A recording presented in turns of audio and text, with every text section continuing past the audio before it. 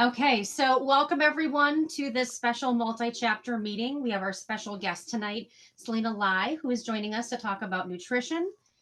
And without further ado, wanted to introduce our special guest, Selina Lai.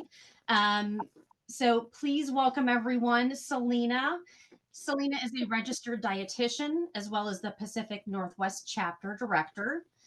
She has practiced in nutrition for physical fitness and weight management for seniors and young children, and has been learning about the nutrition needs of FSHD patients, as well as several of her family members who have FSHD. In her FSHD University webinar, which is linked here, she talks about how the foods you eat really can impact your disease and support improved muscle function in combination with supplementation and exercise. In this webinar, she explores the journey to better nutrition for FSHD and discusses the dietary choices that we make each day. She has joined our call today to answer your nutrition questions and offer practical advice tailored for the FSHD community. Following this call, and I will be sending out an email to those who did RSVP with this slide deck along with handouts from Selina, which is the nutrition for FSHD and the grocery list for FSHD. All right, I'm going to stop sharing. We are going to be doing a quick poll. One moment while I get that going.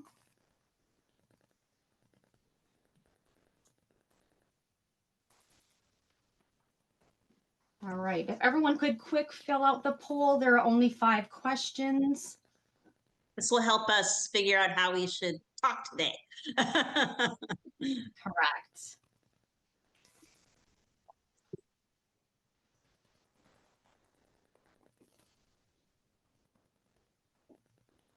I feel like I need some music to play right now. Do, do, do, do, do.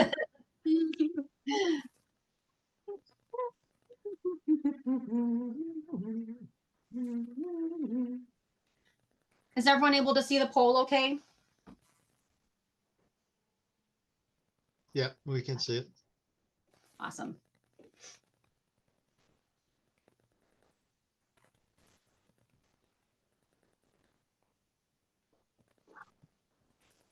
Got to slide it down, I guess, if it doesn't all show. So. All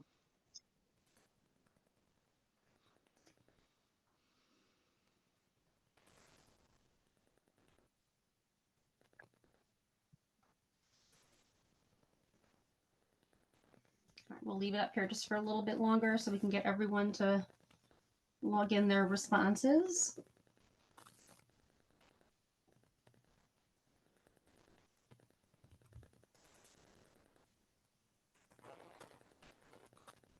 Is it possible to take it again? Because I did not scroll down. I only clicked what was on the That's screen. I was trying to do it myself, so I was like, "Oh, what are the other questions?" You got to scroll down. Yeah, go ahead. I don't think there is. Once you submit it, I don't think there's a way to. Yeah, I think you can only do it Oh, once. you can't. Yeah, it's Go okay. back We got in. a lot of people on our call, so we'll get the general gist of. Oh wow, lots of people on the call. We'll get the gist. You're gonna drive. Stuart's downstairs. Is he on? I'm glad you have dark chocolate on there. That's good. That's a good thing.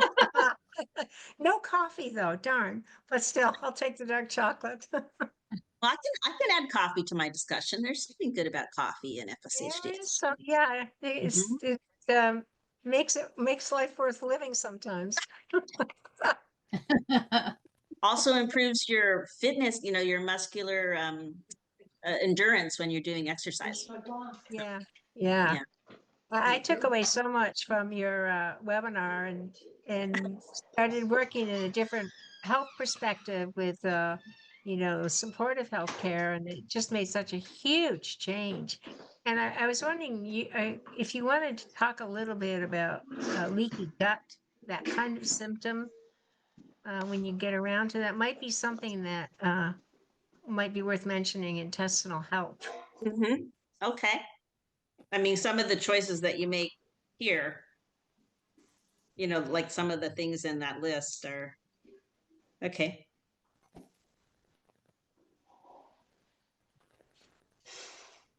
Is everyone able to see the results? Selena, can you see Oh, them? this is interesting. Okay, yeah. So let's see how many. So about half of us have actually looked at the nutrition stuff. A lot of people are increasing their protein. Awesome. Reducing ultra processed foods, more antioxidants, consuming more necessities. Okay, awesome. Excellent. Oh, it's good to see a lot of people taking a multivite. That's the first great step. Vitamin C, vitamin E. Okay, good, good. A lot of people are using blast frozen foods as a way to make your cooking more simple, using a personal blender or Instant Pot for easier cooking, online grocery service, bulk stores. A lot of us are going to Costco and stuff.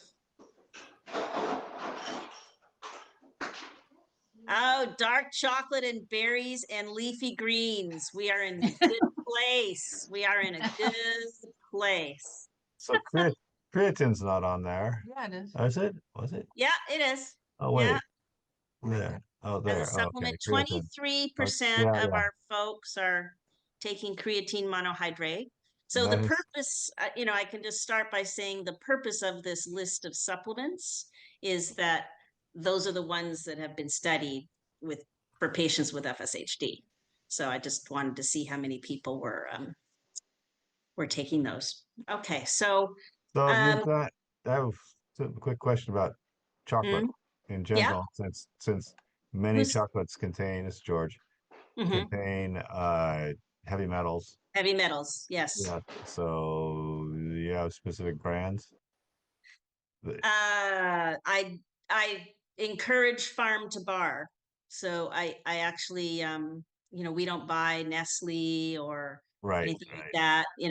I just, in our household, we just choose farm to bar providers, and there's actually a website. I'd have to look that up, where you can actually find farm to bar.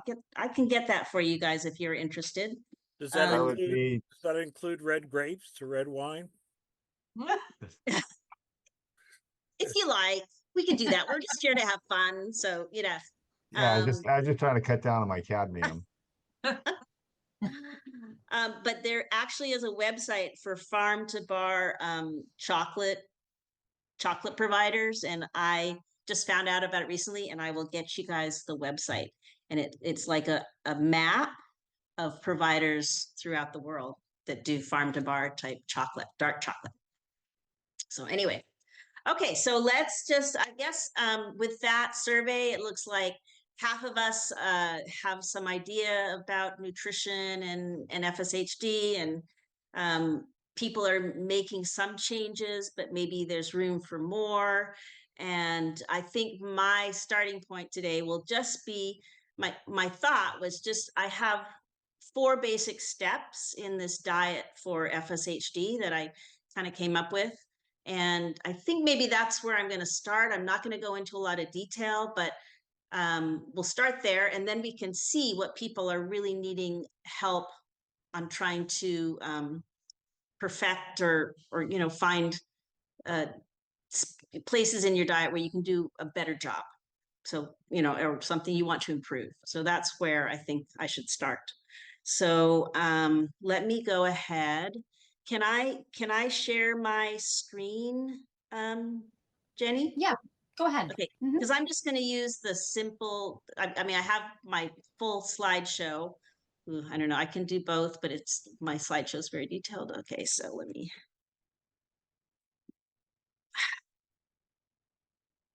Well, we'll start here. We'll start with my slideshow, and my goal kind of today was really to just go over, starting with the 4 steps that you can take for better nutrition. But before I do that, I just want to talk about how I came up with these goals and guidelines for this diet.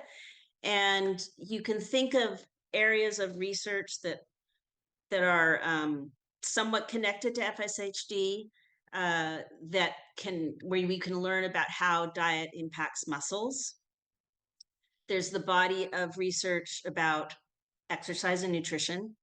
There's a body of research in aging and nutrition. And because for FSHD, we basically have muscles that are aging faster than they should. And so there's a lot of aspects to how FSHD muscles work that have similarities to aging populations. And then there's the body of research that's related to inflammation and antioxidants, and how for FSHD, it's a disease that is actually a disease of inflammation and overexposure to oxidative species. And those things can be controlled by diet. So those are the three bodies of research that you can look at to try and see how you can modify your diet to reduce possibly some of the aspects of FSHD. So I'll start there. And please ask questions. I really kind of wanted it to be a Q&A. So I'm going to start with the overview, and then you can step in with questions and stuff as we go. Let me see if I can Okay. So these are our 3 goals. Ensure adequate nutrition for optimal health and well-being. That has to be the first thing, because in the few studies that have been done with looking at FSHD, the diets of FSHD patients, a very large proportion of FSHD patients have a difficult time reaching adequate calorie levels and adequate nutrient levels. Possibly very closely related to the fact that it's darn hard to prepare meals and stuff when you have FSHD and get enough in. The second goal is support muscle growth and preservation. And the third is to promote reduced inflammation and reactive oxygen species through diet and safe supplementation.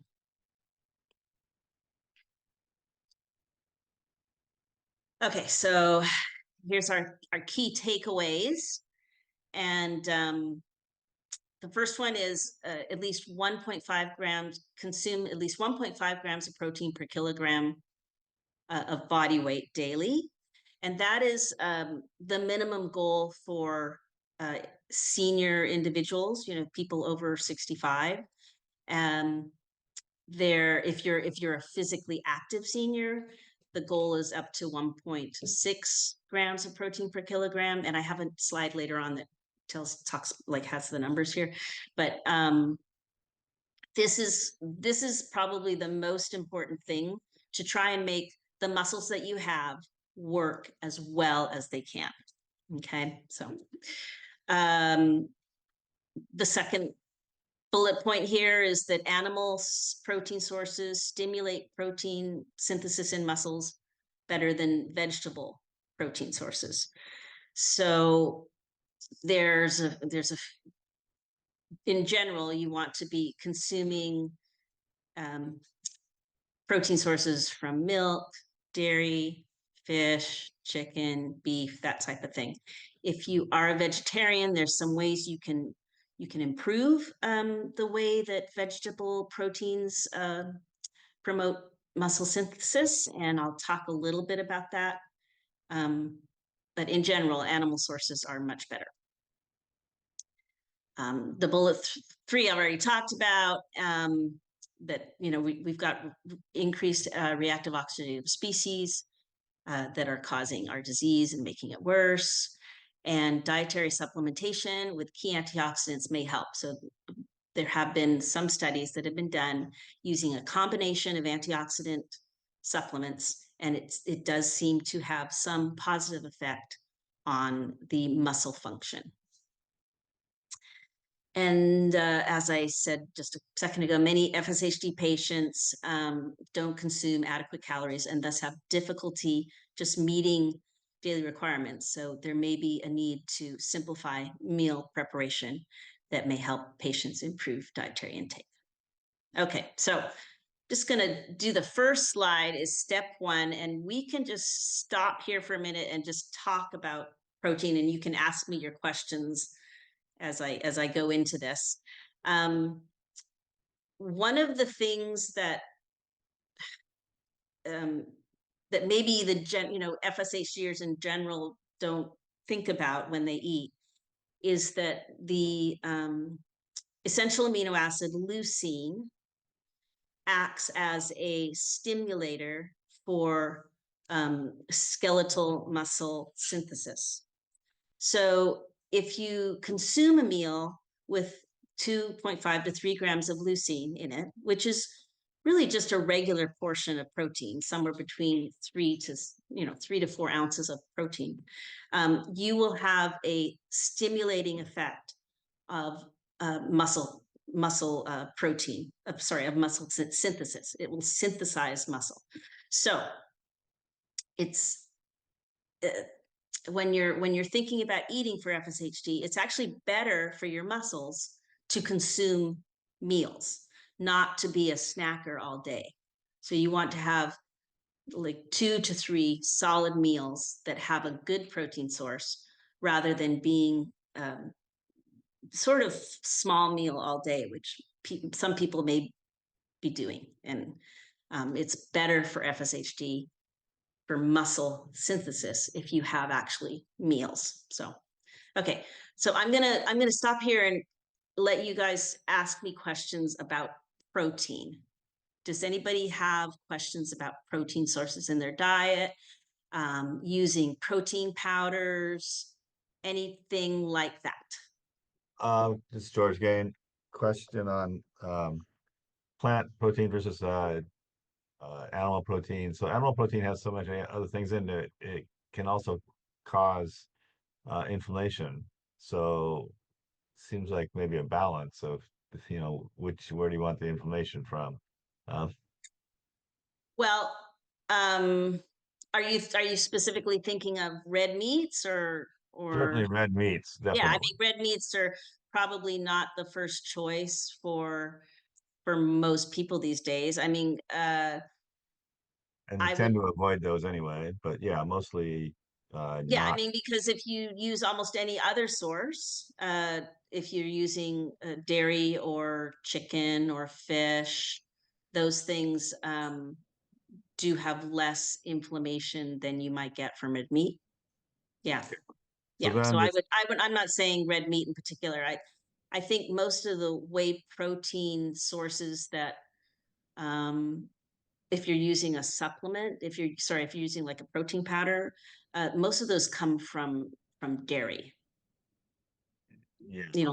Like a whey protein isolate, or if you use soya protein isolate as well. So okay.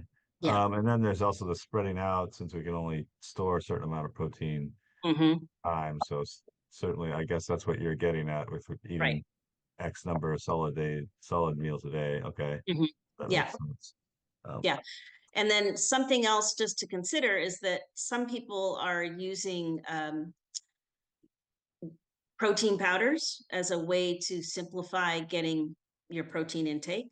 And that totally makes sense. Maybe one of your meals is a protein shake with added goodies in it, extra things that make it less anti-inflammatory. I think of protein shakes as a simple way to bring in a lot of other nutrients. If you're bringing in antioxidant fruits, if you're bringing in nuts, seeds, hemp parts, whatever, some of the things on the FSHD grocery list that will make your protein shake into a complete anti-inflammatory, antioxidant meal. And so just keep in mind that if you're using a lower quality protein, and by that it's usually a vegetable protein that is the best quality. Vegetable proteins are soya isolate and pea isolate, and those are still limiting as far as how your body utilization of it is. It's about a third less than using a whey protein product.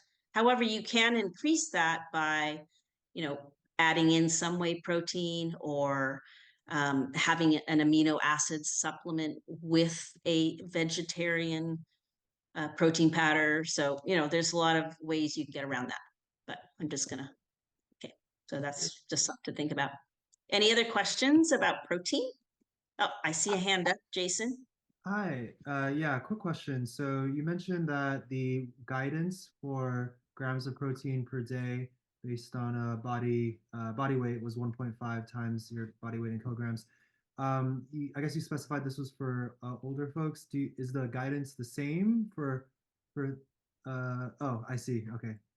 Yeah, so what we do is for FSHD patients, we need to have higher protein intakes than the general population. So here you can see that the guidance for FSHD patients is somewhere in between 1.2. I mean, I know there's FSHD patients that consume more protein, like on the higher end, like, the very high end, but I'm not there. There isn't evidence that that's the best choice, I guess is what I can say, because I'm, like I just go by the research as much as I can. So the guideline for older adults is somewhere between 1.2 up to, if you're exercising, 1.6. You can go up to 1.8.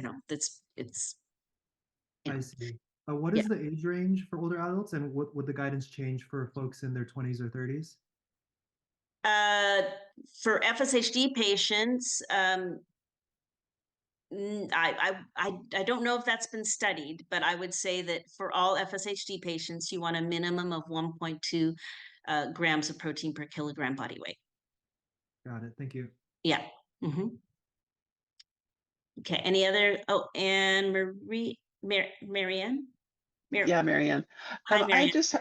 Hey, I'm just curious as to your opinion on dairy, because it seems like dairy has such a bad rap these days. I feel it's still good it gives me a lot of protein and I really like it. I've seen some things say that causes inflammation, but others say that that's only if you have a sensitivity. Can you speak to that at all? Well, I mean, some people do get lactose intolerance as they get older, and that would cause inflammation.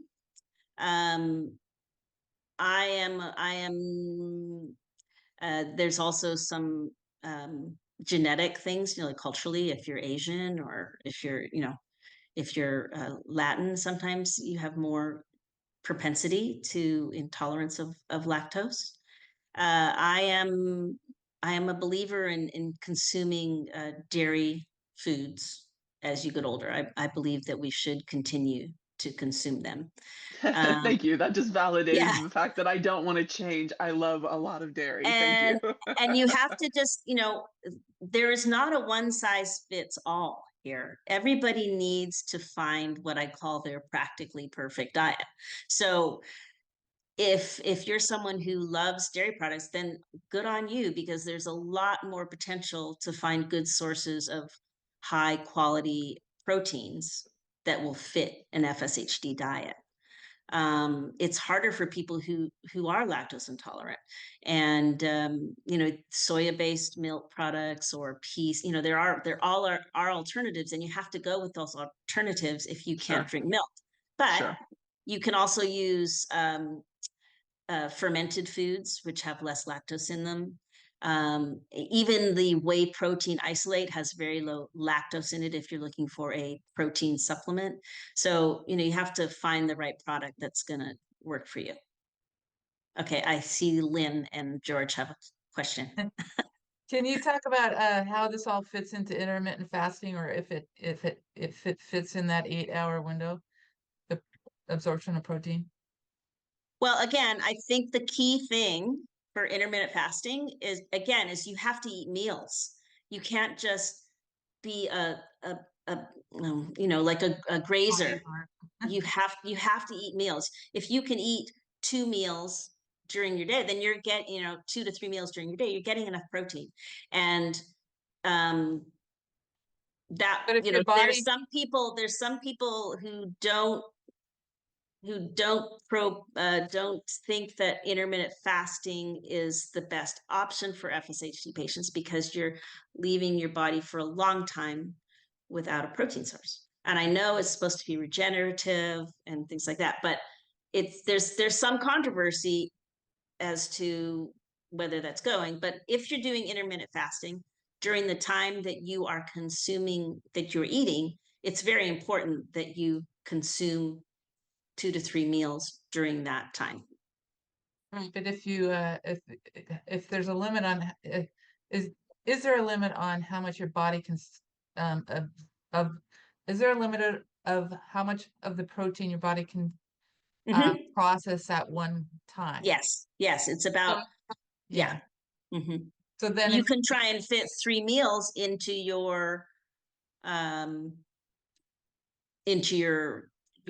limited time frame. But if your limited time frame is only like 6 hours, that's pretty difficult. Yeah. If your limited if your limited time frame is 8 to 10 hours, then it's more feasible. And that's why I'm saying, you know, if you're doing something like limited fasting, then you almost have to do 2 meals and a smaller snack or something like that. So yeah, I think it would be a challenge for some people to get all their necessary protein with a fasting, with the intermittent fasting. But some people are successful. So again, I think you need to find your practically perfect diet that works for you. Hey, Selina, I just wondered if you could touch on, I know you talked about the types of protein. There was some comments in the chat about, you know, like specifics on that. I don't know if there's any brands that you recommend for types of protein powder or supplements.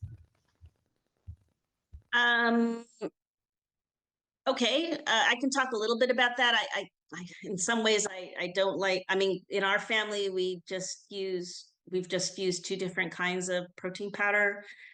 We use the Stay Above Nutrition protein powder that is, it's called Muscle 5. And maybe some of you have heard of Mark Tarampolsky, who is a FSHD and MD researcher, mitochondrial researcher from Canada, and he has a little business. And the Muscle 5 protein powder has very high quality whey protein isolate. It has some casein in it. It has vitamin D. It has creatine. It has calcium. I think it has 5 things. Anyway, and then we've used Ascent. I think it's called Ascent from Costco. And that is just a whey protein supplement, but it looks like it's a really good sourced one. So those are the 2 that we use in our household. But there's so many out there. I mean, the quality of the absorption, the quickest absorption will be whey protein isolate. And then, so you want that to be the main ingredient in a protein powder.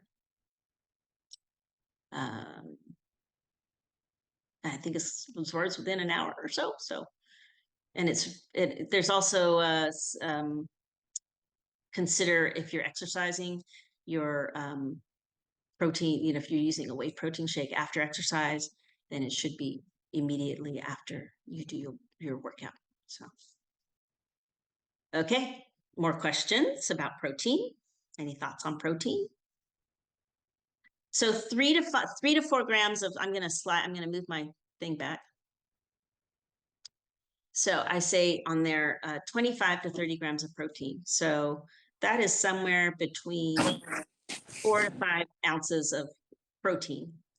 If we look at our hand here, this is about a 4, you know, your palm of your hand is the general measurement for a 4-ounce serving of protein. So you can always use that. And then just, you know, there's a lot of options as far as what you can include in a meal. And it does, if you're consuming a meal, you need to have protein, and you get additional protein from any grains that you have in your meal, and also milk products, so milks and cheeses and all that kind of stuff. And I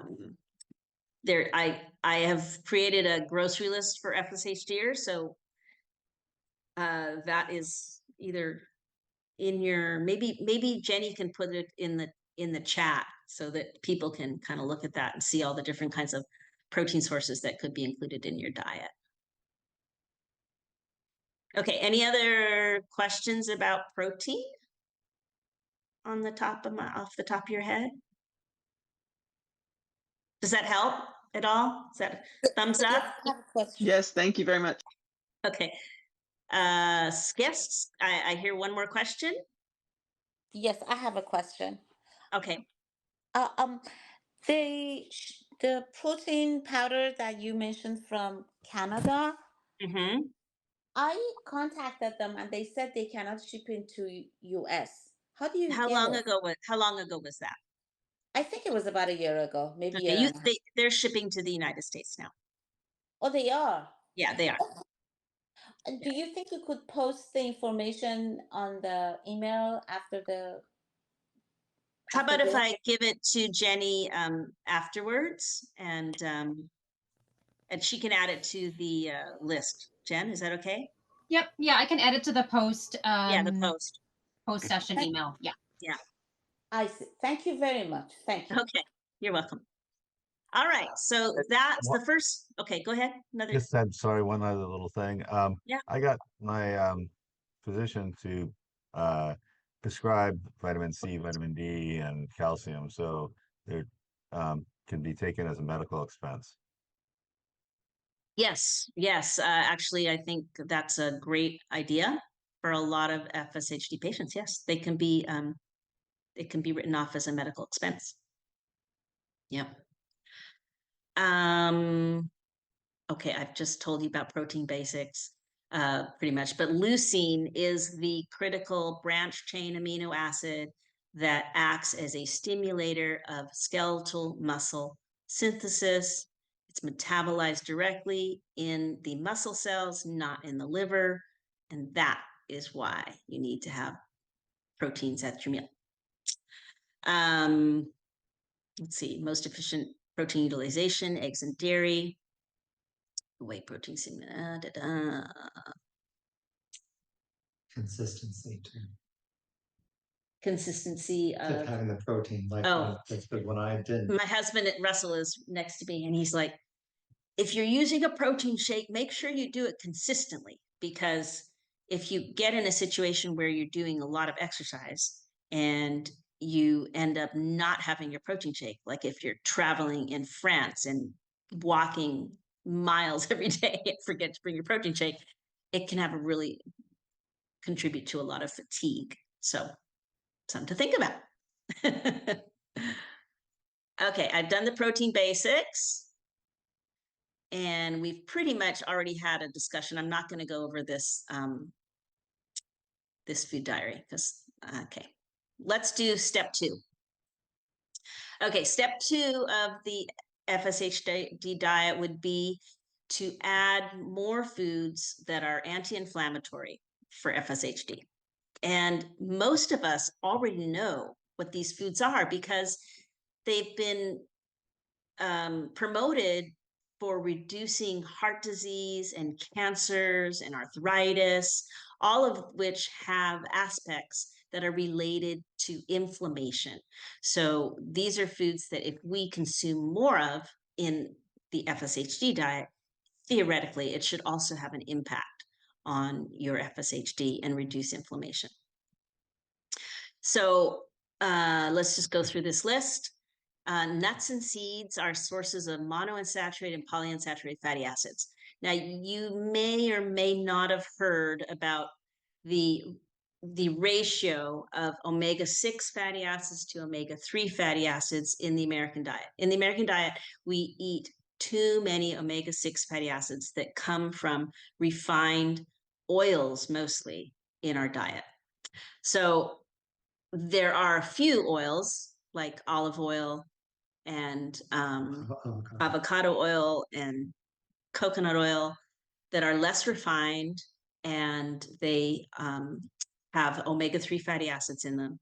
And by reducing our intake of refined and processed oils, we can change the the way our bodies produce prostaglandins that are less inflammatory. So that's why adding nuts and seeds into your diet as a regular part of your diet can make a difference. Okay, and I also put trace minerals, vitamin E, and protein. Okay, leafy green vegetables, of course, vitamin A, vitamin C are anti-inflammatory, vitamin E, they're all antioxidant vitamins. There's also other carotenoids, and we should be consuming them daily. And I say this because, you know, maybe you're somebody who likes, I'm just going to throw it out, cucumbers. So if you choose to have a leafy green vegetable instead of a cucumber, then that's how you make these choices. Or carrots, and carrots are still very good because they have high amount of carotenoids, vitamin A. But this is where you can, you know, make this exchange. Like, okay, if you're a green bean person, leafy green vegetables actually have more of vitamin A, C, K, and E than a green bean. So that kind of thing. Okay, so consumption of fatty fish is also, we're trying to increase the omega-3 fatty acids that are in our diet. Not everybody likes to eat fish. I realize that. And there are other ways you can increase omega-3s by consuming, maybe there's omega-3 eggs, for example, that are well absorbed because you're the eggs have a fatty, are in a fat soluble environment. So they have a very high absorption of omega-3s when you have it from an egg source. I know there's omega-3 fatty acids added to a lot of other foods, but they're fat soluble vitamins. So you want to make sure that if you're getting something that's fortified with omega-3 fatty acids, that it's a fat soluble source. So that's something to think about when you look at those labels of, I don't know, orange juice. I mean, I've seen everything, orange juice, some milks that are plant-based. You probably want to go with a fortified source that is an oil-based, or an animal-based or fat-based food. So think about that. Berries and citrus are high polyphenols and antioxidant compounds. You want to try and include those daily. Pomegranates, we all love our pom juice, and there's really something to it. Even a small amount of pomegranate juice is a very good source of polyphenols. And the supplement that maybe some of us are taking, CoQ10, comes from pomegranate originally. So it's the food source of CoQ10. Dark chocolate is also anti-inflammatory. I put whole grains and legumes on there because they provide a lot of trace minerals, irons, and they complement proteins. If you are a vegetarian or you're trying to eat more vegetarian, if you're eating whole grains along with beans or whole grains along with vegetables, then you're complementing the proteins and you'll have a higher absorption of protein overall by consuming whole grains. And then truly changing, for some of you, maybe, I know I grew up with just regular oil, soybean oil, corn oil, safflower oil, all these refined oils in my house. We no longer have those oils in our house. We only use avocado oil and extra for high heat cooking, and extra virgin olive oil for low heat cooking. So and coconut oil. Yes, we do. Okay, so that's my slide about anti-inflammatory. Let's talk about anti-inflammatory. Anybody want to pipe up? Have any comments or questions?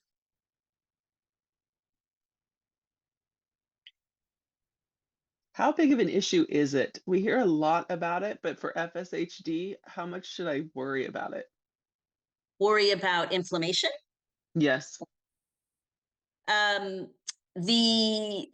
It's a part of the disease. It actually, if you have more inflammation, there's plenty of studies that have been done that's showing that the disease process is at least in part because there's reactive oxidative species in the mitochondria that cannot be converted into safer molecules. So there's been there's been a couple of studies not in vivo, but in petri dish, in vitro, that have shown that antioxidant foods or nutrients, vitamin C, CoQ10, actually make a difference in how the mitochondrial functions, even in FSHD patients. So CoQ10 is a supplement, is that good? yes, CoQ10 is a supplement. It is one of the supplements that acts and interacts at the mitochondrial level, which is where FSHD damage starts. And so yes, there's been studies using CoQ10 for FSHD patients, and it may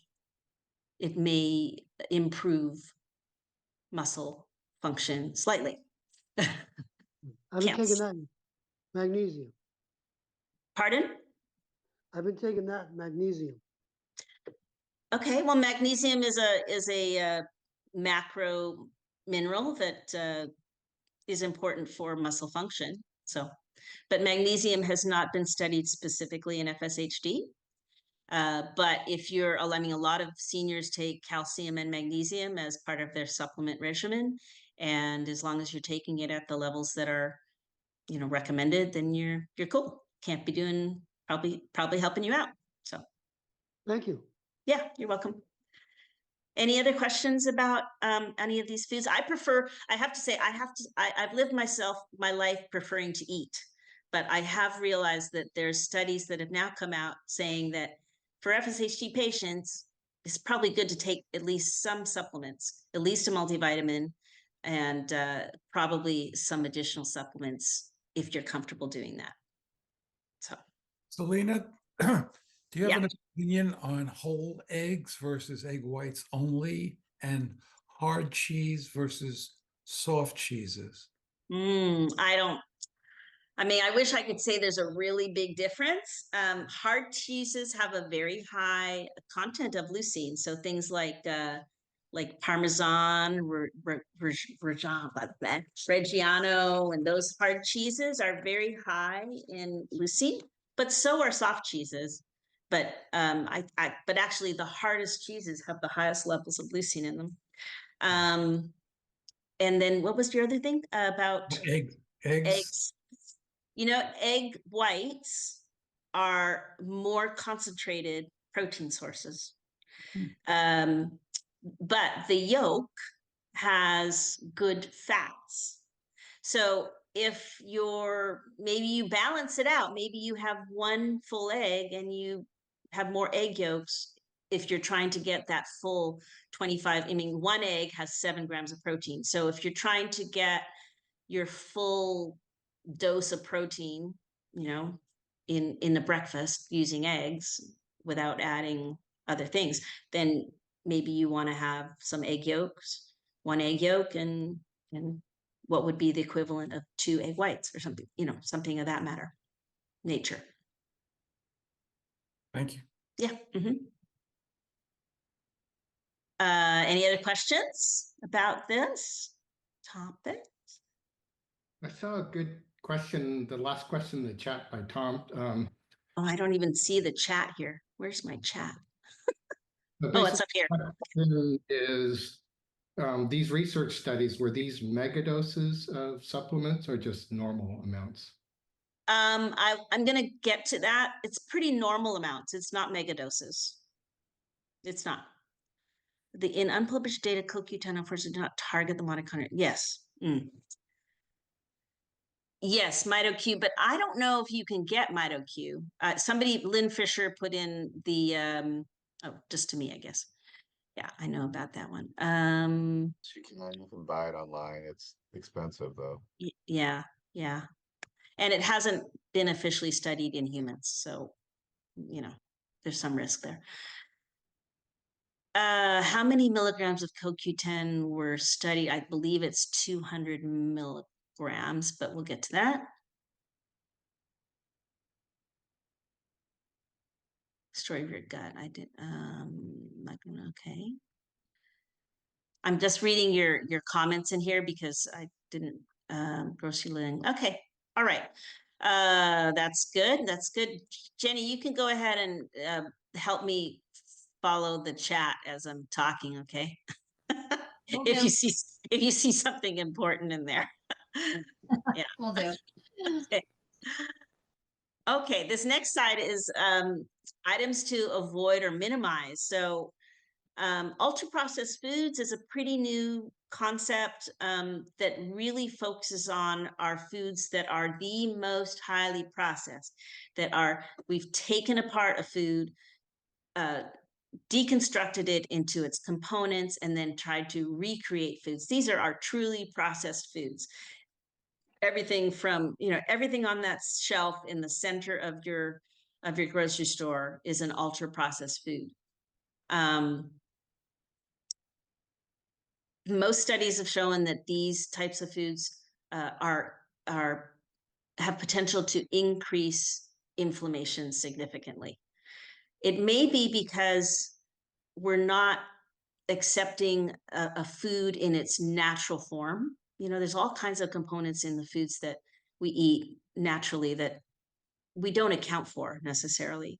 And when we take it all apart and then try to reconstruct it in a new way, our body responds to it with inflammation.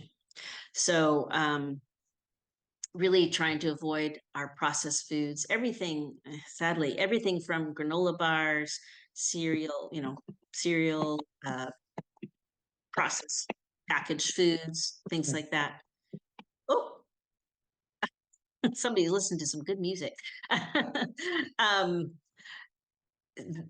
There's a big body of research that suggests that eating a highly processed diet increases inflammation in our bodies. So, Selina, there's a question in the chat here from John. What type of blood test can determine inflammation and to check on kidney function? What kind of lab test? Blood test. I don't know. I don't know. I don't know. I don't know what they do when, like sometimes when you have heart disease and stuff like that, they can do, but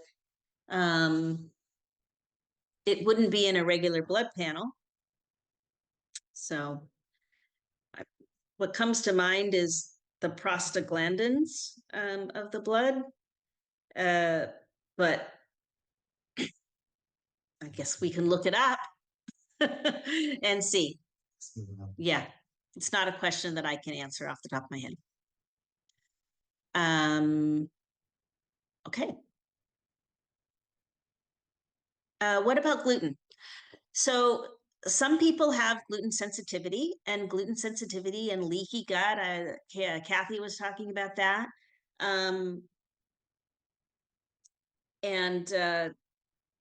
So I guess the most important thing to think about here is that the health of your gut is very important for processing nutrients and also for reducing inflammation. So if you're consuming a diet that is less anti-inflammatory and includes a lot of antioxidants, a reasonable amount of fiber,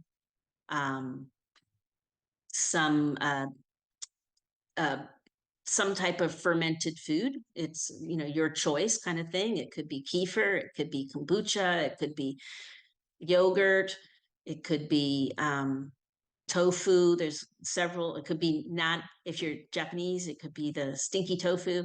Miso. Those types of food help populate our gut with healthy bacteria that help metabolize several of our essential nutrients, and also some food elements and compounds that may help reduce inflammation in our body. So gluten can go either way. I'd say most of the gluten that we get in our diet is younger when it is when the wheat is harvested. It's a younger wheat, and maybe there's more resistance in it. But whole grains such as wheat, barley, rye contain gluten, have high amounts of iron and B vitamins and magnesium if you're eating whole grains. So they are, a good healthy part of a diet if you feel comfortable eating them and if you don't have a sensitivity to gluten. So there's alternatives, and I've listed some of them here.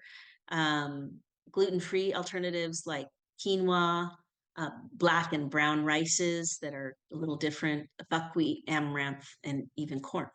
So if you're looking for whole grains that are alternatives, these are some things to consider. Oats are gluten-free, but they can be contaminated with gluten because they're processed in the same processing plants a lot of the time.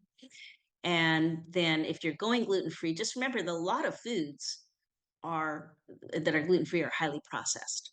So, you may be still getting some inflammation from the additives and other things that are in highly processed gluten-free foods. So something to think about there. Selina, there's some comments I just wanted to call out in the chat. Yeah. In regards to inflammation. So I don't know if you can see the last three that are in there. Let me see. Not necessarily questions, it sounds like, but more like comments that I didn't know of.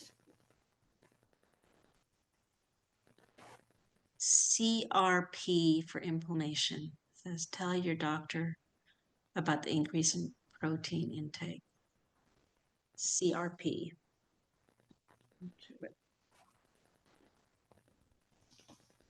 CRP blood tests. C-reactive protein. Yes, I have heard of that before. Yep.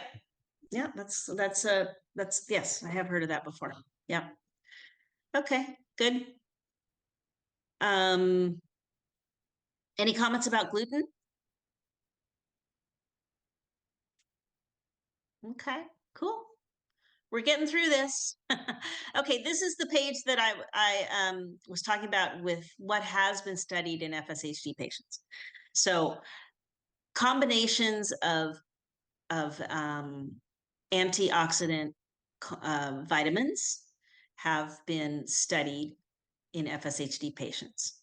So the thought is that by including multiple anti-inflammatory vitamins that have roles in different enzyme systems in the mitochondria, you're sort of attacking the inflammation from several directions. So the first ones that were studied together, and this was in Montpellier University in France, was 500. You see, these are not very high amounts of the supplements, by the way. Vitamin C, 500 milligrams, selenium methionine, 200 micrograms, zinc glutamate, 25 micrograms, and vitamin E, about 400 milligrams. Vitamin E of that level is,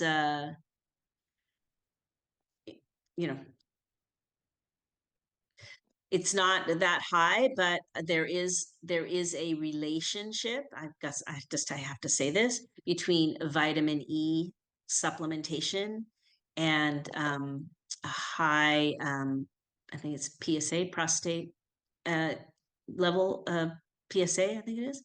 And so I don't know if that is what happens in FSHD patients, because most FSHD patients have inadequate levels of vitamin E. And so you're actually replacing a reduced amount of vitamin E in the blood and in cell membranes.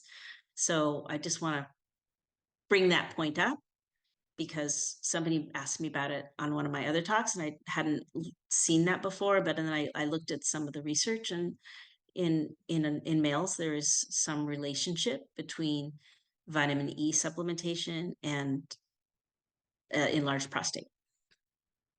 So that's something to think about.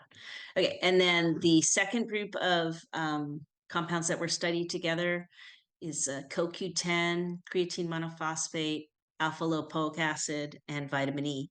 Again, these are not exceptionally high levels of supplementation. It may be something, if you're not taking some of these supplements, you can take them at the level that you feel comfortable at. And it's something to consider. And then creatine monohydrate was studied by itself in patients, and it may help reduce fatigue and show a slight improvement in muscle function. And it can be particularly helpful if you're a heavy exerciser during exercising. It can help reduce fatigue. Don't leave it in water. Oh, and if you take creatine monophosphate as a powder, like this is my husband's, and sometimes I use it too, creatine monohydrate plus probiotics. When it's a fine powder, and you need to consume it very quickly after you mix it into your cup or your water or whatever, because it will change into creatinine very quickly if you leave it in water for a long period of time. And then it's not going to help you it's a substrate for energy production in the muscle cell. So if it changes into creatinine, it just is it's just peed in the urine. It just goes out through the kidney. So just keep that in mind. I wanted to mention that ubiquinol,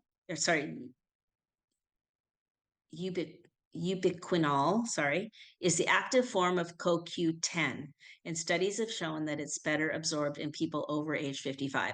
So CoQ10 and ubiquinol, they're both similar supplements, but if you're older, it might be helpful for you to use the ubiquinol because it has a higher absorption rate. Okay. There's some comments and a question in the chat. Mm-hmm.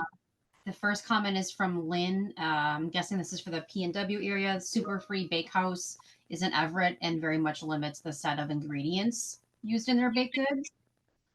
And then Lauren had a question. Oh, do you for recommend gluten-free? Yes, correct. Yeah. Yep. Mm-hmm. And then Lauren had a question of, do you recommend a probiotic for FSHD? We eat yogurt in our house pretty much every day. So that's how we get our bugs for our, but this is something we have just been started to use recently. And I think it's been really good because it gets the creatine monohydrate as well as some probiotics. It's just a powder. It's really easy to use. It wasn't very expensive. Doesn't have any taste. It doesn't have any taste, so you can put it in anything. So yeah, I mean, I guess I could recommend that, but that's what we use. And then the next were just two quick comments. One on the vitamin E, saying I believe that trial for the vitamin E in prostate cancer was determined. It was smokers in the study. Okay. Okay. And like I said, it was kind of new to me. I saw a couple of studies about it. So I just felt like I need to tell you guys about it because, I'm a nutritionist, but I'm learning about all these things just like you guys are in a lot of ways. So I'm not someone who grew up taking a lot of supplements. So I'm learning a lot about the supplements as I go through this process. So I just thought I had to mention that to you guys. And Lynn mentions that, you have to be consistent with the creatine to maintain a certain level in your system. So a lot of FSHDers, when you do get your general lab panels, you're going to find that your creatine levels are low, and you can increase them by consuming creatine monohydrate on a regular basis. So if you end up taking it as a supplement, you initially kind of build up the amount of creatine you have in your in your blood by taking somewhere between 5 to 10 grams per day for like 2 or 3 weeks. And then you can reduce your intake of it to somewhere between, I think my husband usually takes 3 grams a day. So it can be anywhere from 1 to 3 grams to maintain a higher level of creatine as a supplement, as a substrate for energy metabolism in your muscles. That's what you're trying to do. So just something to think about there. I actually take more on my workout days. Yeah. You did the inflammation, glomerular filtration rate, creatine. Are there any additional considerations for multivitamin or protein supplementation in a very small 12-year-old? Would creatine supplementation be a good idea? So creatine supplementation has been studied in Duchenne's muscular dystrophy, and I think in FSHD children in Australia. And it may have a small positive effect. You should always check with your physician first. But yeah, so that's what I can say about that. And multivitamin and protein supplement for children. I did a session specifically for FSHD kids, and I can provide that to that individual later. The protein recommendations are a little different, and they should still be taking a multivitamin and mineral supplement. So that's what I can say about that. Can we use a microbiome stool test to determine the types of, I don't know. I mean, you know, somebody asked, can we use a microbiome stool test to determine the type of probiotics we need? So I think you could go to either a naturopath or a functional medical doctor to look into that. They're more sort of broad spectrum. I would call it broad spectrum medical, you know, looking at the causes for particular issues that people have. And it's probably not something that would usually be done by a regular medical doctor or a typical medical doctor, but you know, got to find your people, and it's not really something that I can speak to in particular. So, okay, good. Lots of questions. I hope this is helping. Any more questions off the top of your head about what I got on the screen about the supplementation? So, yeah, one quick one. Mhm. So you have the 2 groups that were studied together. Is there anything that says, I'm not going to take all these, I'm just not that Yeah, I into know. supplements, but like, Right.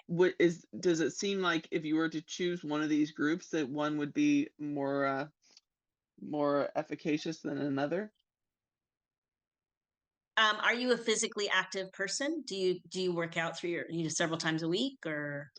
Not particularly. I mean, I do a little bit, but I'm in a wheelchair, like a power chair now, and Okay. not doing too much. Yeah. Well, you know, I think my gut would say go with the true vitamin ones, the vitamin C, selenium, zinc, gluconate, and the vitamin E. That my gut would say, because the studies that have been done in FSHD patients generally show that they have inadequate amounts of these nutrients in their diet. So you could be part of that just general group. And so that would be my first thing to think that, you know, maybe that would help you. Okay. Thank you. Mm-hmm. All right. Step 3. Oh my God, we're off. We're step 4. We did it. We made it. Okay, well, how do we eat all this food? I mean, it's so hard sometimes to actually to have the energy to make all these meals. So step 4 is trying to make it simpler for you. I'm a big proponent of trying to make your consumptions just like as easy as you can. And really frozen foods are very nutritious, and makes it much more simple if you have trouble prepping your diet, prepping, cutting vegetables and all that kind of stuff. So that's my first recommendation. In my little list here, there's this overnight oats, mush overnight oats. It's a frozen product. It has oatmeals and really high protein, and it's such a nutritious product. It's something that's at Costco, but I know there's something at other places too now. But there's things out there that can make it pretty easy for you to get the protein and nutrition that you need without doing a lot of prep. So go to your favorite frozen food section. If you're having trouble, going shopping or whatever, just get the easy things and focus on the other things, like making sure that you have enough of these foods at your meals just by making your prep easier would be my recommendation. You can buy pre-portioned meats, pre-cut vegetables. Even some of them are seasoned and don't contain the oils that I'm talking about. And yeah, so that's something to think about in kitchen efficiency. We also, in our household, we use an Instapot and a rice cooker, and my husband uses this absolutely amazing miniature blender, and other brands are making these now. This is called a BlendJet, but now Ninja is making one. You use a USB port to charge it, and it's very light, and you can just make your one-person protein smoothie very easily. And he uses that like once a day to get a protein shake. And I'm just going to say that in his protein shake, we put lots of good stuff. We might put some pumpkin seeds. We might put hemp seeds. Hemp hearts is very high in protein and the right kind of fats and fiber and all that kind of stuff. And any kind of fruit. Any kind of fruit that you like. Yeah. So that's something to consider. I have a picture on the screen of a induction cooktop, because sometimes you get to the point with FSHD where you can't do things on your stove. So this lightweight induction element is something you could actually put on your table and boil water very quickly or cook very quickly if you are having trouble working on your stove. So that's just an alternative. IKEA, and it only takes 120. Yeah, IKEA, and it's just regular, plug it into the wall, just 120 volt. Also, I hope some of you are using shopping. Yeah, I thought some of you are shopping delivery services. Some people I met at the Connect conference, they're getting food packages delivered to their home. So they have a well-balanced meal that's got the adequate protein, lots of vitamins and stuff, and it just simplifies their life. So, if that's something you need, don't be afraid to do that. Everybody's got to find their practically perfect diet. And sometimes that includes getting foods that are pre-prepped or letting somebody else do your grocery shopping for you. But now you know what to get in that grocery shopping list. Many quality options available in bulk stores if you're looking for dried fruits or beans, rice, whatever, grains, extra flaxseed oil or things or flax seeds to add to your breakfast or your shakes. You can get that kind of stuff at good prices at bulk stores or at your big warehouse stores. And then eating fresh in season also optimizes the nutrition quality that you get from your produce. And the beauty of flash frozen fruits and vegetables is that they are harvested at peak ripeness, and they're flash frozen to protect those nutrients. So, yeah. Okay. I'm pretty much at the end of my 4 steps. And I guess go ahead and ask questions, or if there's more you want to talk about, this is the time. There is just one comment in the chat from Lauren, just kind of reiterating what you were just saying, but just wanted to tell people to be aware of the sauce added to frozen foods. That might be really high in sodium. And a lot of them come with a sauce in a separate package, but you don't need to use it. Or use half of it. You know, or use half of it, you know. So you can choose, you know, how you want to implement that in your diet. But you're right, a lot of sauces are high in salt, so you got to be careful about that. Yeah. Yeah. Good point. Anything else that comes to mind at this point? On the Better Nutrition handout that Jenny's going to send to you, I've got a link for an app. This little app I have is called Open Food Facts. And you can take this to a grocery store and it scans the food and it gives you a nutrition score and it tells you what nutrients it has in it, and it tells you if it's an ultra processed food. It's a fun little app that's good for learning, I guess, if you have questions about the foods that you're eating, and it's kind of fun. And so it's something that maybe anybody in our population can use to just try and learn stuff. So that app will be it's going to be on the handout called Better Nutrition for FSHD, which is kind of the easy version of this slideshow that I'm showing you, just more direct. Anything else off the top of your heads? Feeling like you can. Sorry, how did you say, I'm sorry, how did you say I can get that booklet? I didn't hear that part. Well, Jenny, who is our Jenny Gass, who's the FSHD representative tonight, she's sending everybody who RSVP'd for this podcast cast.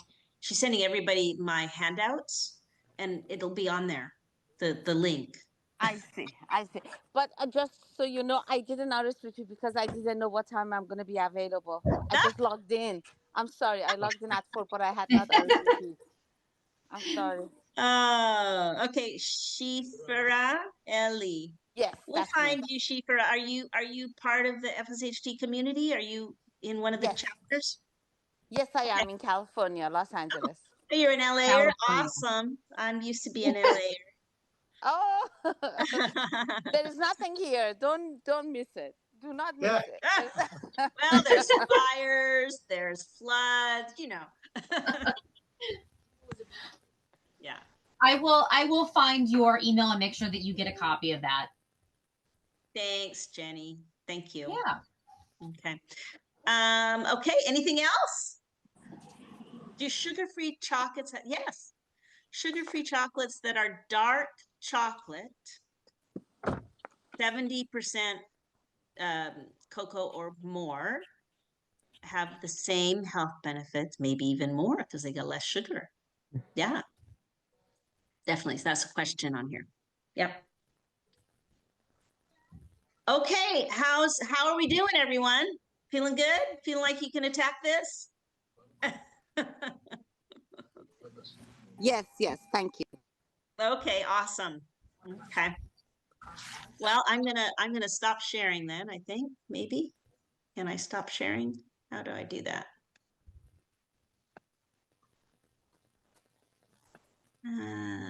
How do I I got the share and then it says, how can I stop sharing? Options. I'll just do that for now. Did that work? Why can't I stop sharing? Yeah, there should be a red bar at the top. Oh, here it is. There it is. Yeah. Okay. Okay. Well, Thank you. Well, I just wanted to say thank you so much, Selina, for coming on and talking to our community tonight about nutrition. As you can see from the number of people that attended, it's definitely a topic that everyone is interested in. So thank you very much. We appreciate it. well, happy to be here, and I hope that gives some people some ideas that, you know, even making a little change can make a big difference. So find something that works in your diet, make that change, and then just do it one at a time if that's what it takes. Thank you. Yeah. Selena, thank you so much. It was absolutely wonderful. It was Oh, great. good.